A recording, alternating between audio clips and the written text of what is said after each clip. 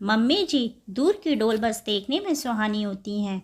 Mummy जी जैसे ही आसी के आने की खबर सुनी, गठिया का दर्द अपनी सारी बीमारी भूलकर ताली बहू की तैयारी के लिए सबको हिदायतें देने लगी। मैं चुपचाप अपने कमरे में आ गई, आंखें भर आई। 15 साल होने को है मेरी शादी को। आसी को मात्र 5 साल ही हुए हैं। कितने दिन मैं मम्मी जी की जाति बर्दाश्त करूँगी। इस बार मैं चुप नहीं रहूँगी। मम्मी जी से मुझे जो शिकायत है, मुझे उनको इसका एहसास दिलाना ही होगा। कब तक घुटती रहूँगी। मम्मी जी की सह पर अब आसी मेरी छोटी देवरानी भी व्यंग से मुस्कुराते हुए कुछ न कुछ बोल देती। मैं सोचती मैं बड़ी हूँ और आसी जयपुर से साल में एक बार ही आती है। खुशी खुशी चली जाए तो ही अच्छा है। अगर मायके में शादी ब्याह रहा तभी जल्दी आती है। आसी मेरे देवर वरुण की पत्नी और मम्मी जी की आदर्श और प्यारी बहू है। दोपहर की फ्लाइट से आसी और वरुण आ रहे हैं। उनका कमरा, बाथरूम सब चमचमा रहा है। रसोई से उनके पसंद के व्यंजनों की खुशबू आ रही है। मम्मी जी का बस चलता तो दोपहर के फ्लाइट को और पहले ही लैंड करवा देती। मैं दोनों बच्चों नमन और नेहा को जल्दी से खाना खिला पड़ोस में रहने वाली सहेली मीनू के यहाँ खेलने भेज देती हूँ। आसी वरुण आ गए हैं। मम्मी जी उन्हें प्रेम से खाना खिला रही हैं और मैं किचन से गरम गरम फुलके सेक कर दे रही हूँ। मम्मी जी कहती हैं, आसी बेटा कितनी कमज़ोर लग रही हो, खाना नहीं खाती ठीक से। हाँ बेटा, तू घर बाहर सब संभालती है। हाँ मम्मी जी, घर बैठे कैसे 2 रोटी मिलेगी।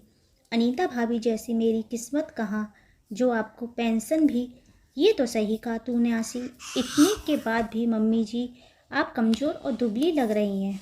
अरे बेटा, मेरे पैसे से बाहर घर रेंट पर लेकर रहना पड़ता तो समझ में आता। मम्मी जी कह रही थी। सास बहू का ये संवाद, उफ, अब मेरे बर्दाश्त की सीमा ख़त्म हो गई। मैं किचन से बाहर निकल फट पड़ी। आसी, तुम भी सुनो और मम्मी जी आप भी सुनिए। हाँ, आपके घर में हम रहते हैं, आपका पेंशन भी हमारे ऊपर खर्च होता है, पर आज मुझे मजबूर होकर ये सब बोलना पड़ रहा है। पापा जी 1 साल बेड पर रहे, हमेशा हॉस्पिटल में एडमिट करना पड़ता था डायलिसिस के लिए। सप्ताह में 2 बार 6 महीने तक ले जाना पड़ता था। बच्चों की परवाह किए बिना मैं 7-8 घंटे हॉस्पिटल में रहती, क्योंकि संजय को ऑफिस से छुट्टी नहीं मिलती थी। वरुण पढ़ाई कर रहा था। सिनेमा देखने घूमने पति पत्नी साथ जाते हैं, पर 15 साल की शादीशुदा जिंदगी में शायद ही ये पल मुझे नसीब हुआ हो।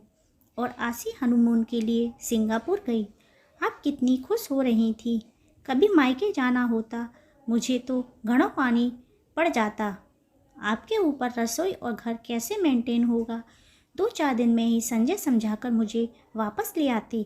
आपके घुटने में रोज़ दर्दनाशक तेल की मालिश करती हूँ, टाइम से दवा देती। सुबह उठते ही गर्म पानी और चाय लेकर खड़ी रहती हूँ। आपका बिस्तर ठीक करती, जो खाने को बोलती हैं तुरंत बना के देती हूँ। और आसी, जिस पर आप इतना प्यार लुटाती हैं, मीठी मीठी बातें करती हैं, 2 साड़ी लाकर दे देती है और अपना कर्तव्य पूरा कर लेती है। मेरे लिए आप तीज में जो साड़ी ला देती हैं, सर माथे लगा पसंद नहीं आने पर भी पहन लेती हूँ। पर आसी को इतनी महंगी कांजीवरम आपने कितना खुश होकर खरीदा था। पहली तीज पर उसे कितनी सफाई से लेने से इनकार कर ऐसे ही दे देने को कहा। तब से आसी को पैसे ही देती हैं। वो साड़ी निधि दीदी ननद को ये कहकर दिया, तेरे लिए लिया है। क्यों मम्मी जी, दूर के डोल इतने सुहावने हो जाते हैं कि हमारा सब कुछ किया धरा बेकार हो जाता है। आप हमेशा रेंट और पैसन का ताना देती हैं। माफ़ कीजिएगा, आपके ऊपर कोई खर्च नहीं होता। पिछले महीने सोडियम पोटेशियम की कमी हो गई थी, आपको डिहाइड्रेशन हो गया था, बच्चों की परीक्षा थी, सब छोड़कर मैंने 4 दिन हॉस्पिटल में रही आपके साथ। आपका हाथ टूट गया तो आपको नहलाती थी, आपको मैं अपने हाथ से खाना खिलाती थी, बात भी बनाती थी। कौन सी बहू और कौन सी बेटी आई थी आपकी सेवा करने। इतने मेहमान रिश्तेदार आते थे, उनके यहाँ शादी मन्नी सब कुछ हमें देखना है। पता नहीं संजय गए और मेरी बातें सुनकर मैंने कहा, मम्मी जी कभी सोचिएगा, आपका पेंशन और रेंट लेकर भी कोई आपको करने के लिए तैयार हो तो मैं अपने बच्चों को लेकर चली जाऊंगी। शादी के पहले मैं स्कूल में पढ़ाती थी, पर शादी के बाद ससुर की बीमारी और घर की जिम्मेदारी के कारण मुझे नौकरी छोड़नी पड़ी थी। ये तो आपको याद होगा। और आशी, छोटे ही सामान वो दोगी तो प्यार मिलेगा, वरना तुम अपने रास्ते मैं अपने रास्ते। मैं रोते रोते सारी शिकायतें जो मेरे दिल में मम्मी जी और आशी को लेकर थी कह दी। मम्मी जी और आशी को ये उम्मीद नहीं थी, दोनों शॉक्ड थीं। संजय ज़बरदस्ती मुझे पकड़कर कमरे में ले गए। मेरी रुलाई रुक नहीं रही थी। बच्चे भी आ गए थे खेलकर।